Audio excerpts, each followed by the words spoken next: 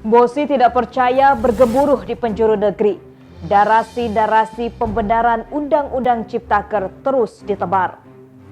Bukan rakyat yang buta literasi, tapi tuan dan puan yang minim nurani.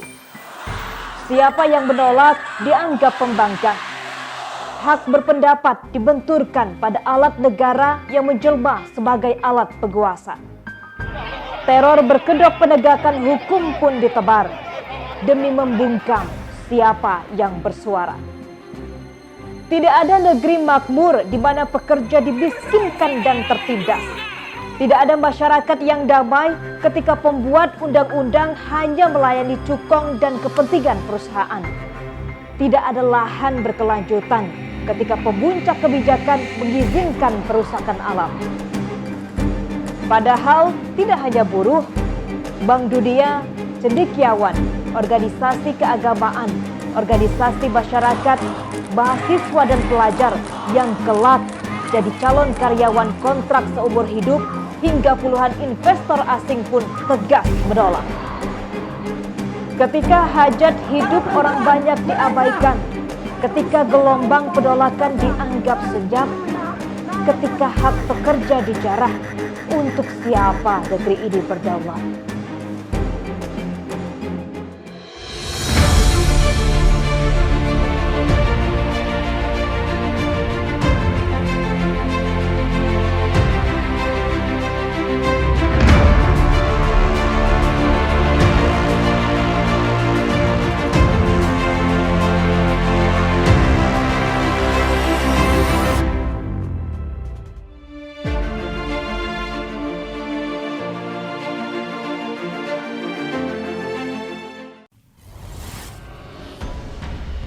Pengesahan rancangan Undang-Undang Cipta Kerja atau Omnibus Law menjadi undang-undang dalam rapat paripurna DPR RI Senin 5 Oktober 2020 menggerakkan pemuka agama se-Indonesia untuk menolak.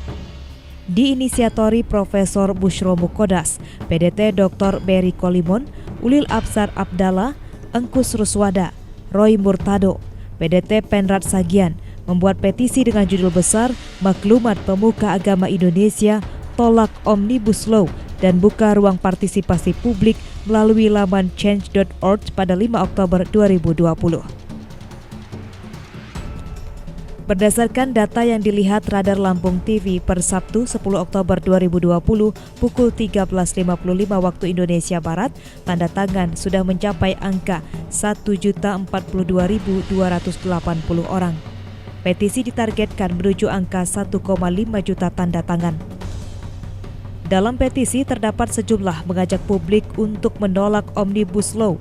RUU Cipta Kerja mengancam banyak sektor, mulai dari kebebasan sipil, keadilan sosial, ekonomi, budaya, dan keberlanjutan lingkungan hidup. Sebagai RUU yang dibentuk dengan metode Omnibus Law, Undang-Undang Cipta Kerja membuat banyak klaster dan subklaster isu pembahasan, yang di dalamnya total ada lebih dari 81 undang-undang serta 1.000 lebih pasal di seluruh undang-undang tersebut yang diubah. Beberapa persoalan mendasar dalam RUU Cipta Kerja ini antara lain spionase dan ancaman kebebasan beragama berkeyakinan, khususnya adanya wacana pengawasan aliran kepercayaan oleh kepolisian. Ketentuan ini diklaim melanggengkan stigma, penyingkiran, diskriminasi, dan pelanggaran HAM yang terjadi berpuluh-puluh tahun kepada kelompok minoritas agama atau keyakinan dan menimbulkan kecurigaan antar sesama warga negara. Kemudian pemangkasan hak-hak buruh atau pekerja. Nantinya pekerja atau buruh akan diupah semurah mungkin dengan penghitungan upah per jam dan dilegalkannya pembayaran upah di bawah standar minimum di sebagian sektor ketenaga kerjaan. Selain itu, status dan kepastian kerja tidak jelas lewat outsourcing dan kontrak kerja tanpa batasan waktu. Selanjutnya, potensi terjadi konflik agraria dan SDA atau lingkungan hidup. Selama 5 tahun terakhir, dia mencatat terdapat 1.298 kasus kriminalitas terhadap rakyat akibat mempertahankan hak atas tanah dan wilayah hidupnya.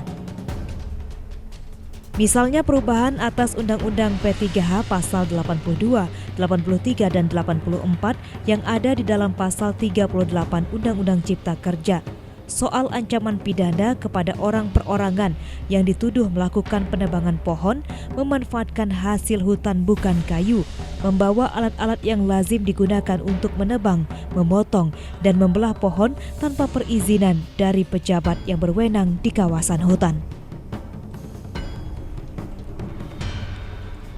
Lalu pemangkasan ruang penghidupan kelompok nelayan, tani, dan masyarakat adat atas nama kepentingan pembangunan dan ekonomi.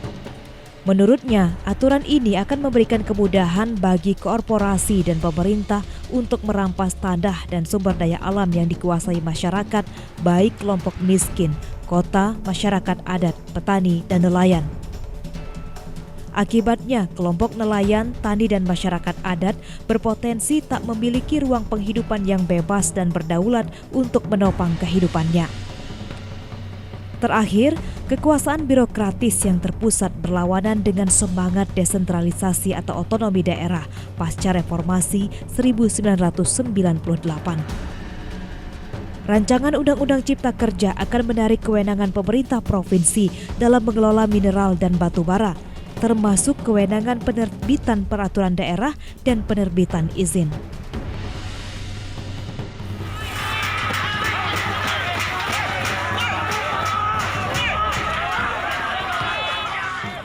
Diketahui dampak penolakan membuat ribuan massa yang terdiri dari buruh, mahasiswa, dan pelajar Lampung turun ke jalan. Mereka mendatangi gedung DPRD Lampung.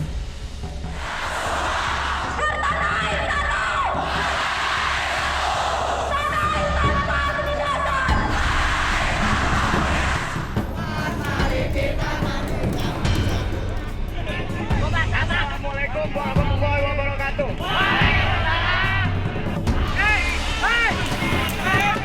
Kerusuhan pecah saat pelajar SMK melempari gedung DPRD dan petugas dengan batu. Aparat kepolisian yang berjaga di lokasi sempat menembakkan water cannon sebagai upaya membubarkan massa.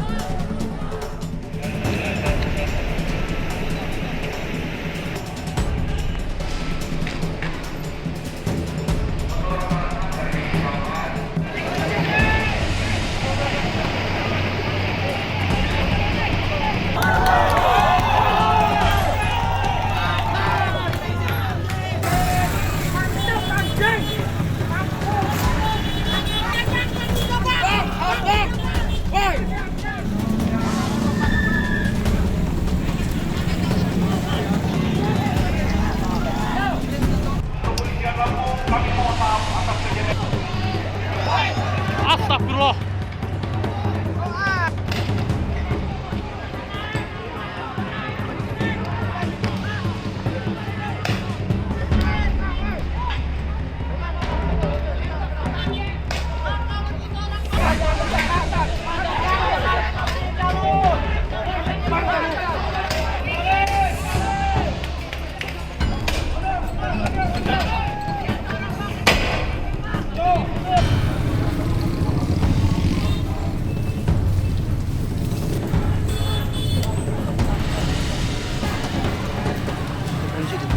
Iya.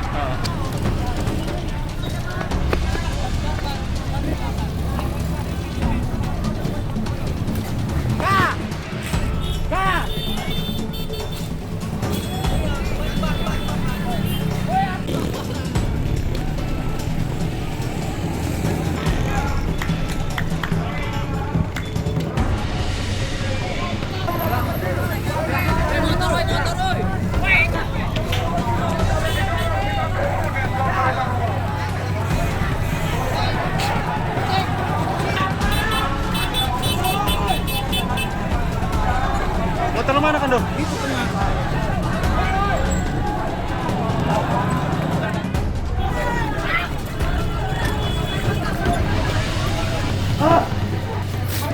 Jangan dikocak, jangan dikocak. Jangan dikocak.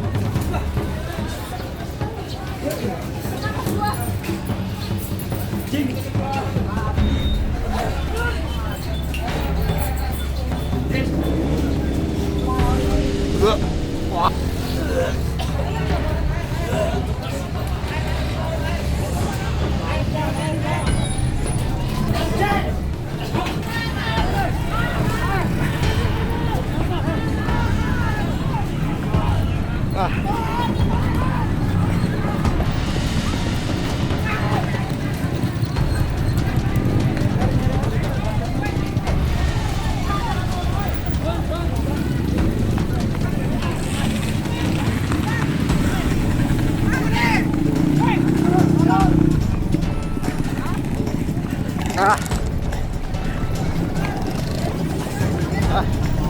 Jangan ditimpuk sini, goblok.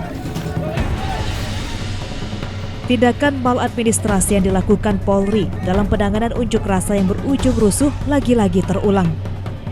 Banyak video di dunia yang berseliweran yang membuktikan betapa garangnya Korps yang menggadang-gadangkan humanisme, pegayom, pelindung dan pelayan masyarakat. Kebrutalan polisi dalam menangani unjuk rasa memang nyata dan terstruktur. Ada penyalahgunaan wewenang yang dilakukan aparat. Selain itu, aparat juga disebut melakukan penyimpangan prosedur, tidak kompeten pada perencanaan dan plotting pasukan. Pasal 5 Peraturan Kapolri Nomor 11 Tahun 2009 tentang penggunaan kekuatan dalam tindakan kepolisian menjelaskan ada tahapan-tahapan dalam tindakan kepolisian, namun ini tidak berlaku. Pasal 5 Perkap Nomor 1 Tahun 2009, Tahap 1 Pencegahan, Tahap 2 berupa perintah lisan, Tahap 3 Kendali tangan kosong lunak, Tahap 4 Kendali tangan kosong keras, Tahap 5 Kendali benda tumpul dan senjata kimia seperti gas air mata, Tahap 6 dengan senjata api. Diolah dari berbagai sumber. Di Lampung, polisi juga menghajar warga yang dikiranya pendemo. Diketahui Asep Nasrullah, warga Kelurahan Sukarame 2, Teluk Betung Barat, Bandar Lampung, dihajar oknum anggota kepolisian daerah Lampung Rabu malam lalu. Padahal saat itu dia tengah berbelanja di salah satu toko retail. Kebrutalan polisi juga dilakukan terhadap jurnalis. Sejumlah pewarta pun menjadi korban intimidasi saat peliputan, di mana di saat itu kekerasan yang dilakukan aparat kepada para peserta aksi saat akan diamankan menjadi alasan bagi oknum polisi untuk mengintimidasi pewarta yang meliput dengan meminta menghapus dokumen foto sampai merebut handphone yang bersangkutan. Bersama Aliansi Jurnalis Independen AJI Kota Bandar Lampung membuka posko bagi teman-teman jurnalis yang mengalami kekerasan pada saat meliput aksi penolakan Undang-Undang Omnibus Law atau Cipta Kerja. Di mana catatan kami terdapat 4 jurnalis yang menjadi korban kekerasan, baik kekerasan fisik ataupun kekerasan verbal, seperti terdapat oknum anggota polisi yang menggunakan pakaian preman meminta untuk menghapus semua dokumen atau video, baik berupa video maupun berupa foto yang dimiliki oleh jurnalis. Padahal jelas hal itu telah mencederai Undang-Undang Pers. Seharusnya kepolisian bisa menghormati Undang-Undang Pers. Keberadaan jurnalis di lapangan untuk melaporkan realitas demonstrasi penolakan Omnibus Law kepada publik dan tidak untuk dilarang.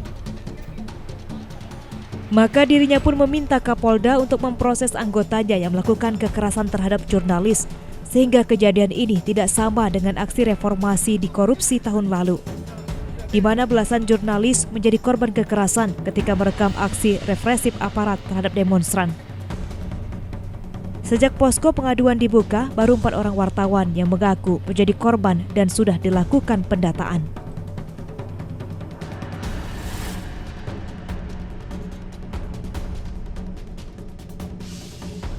Demonstrasi serentak pecah di berbagai daerah Indonesia sejak Rabu 7 Oktober lalu.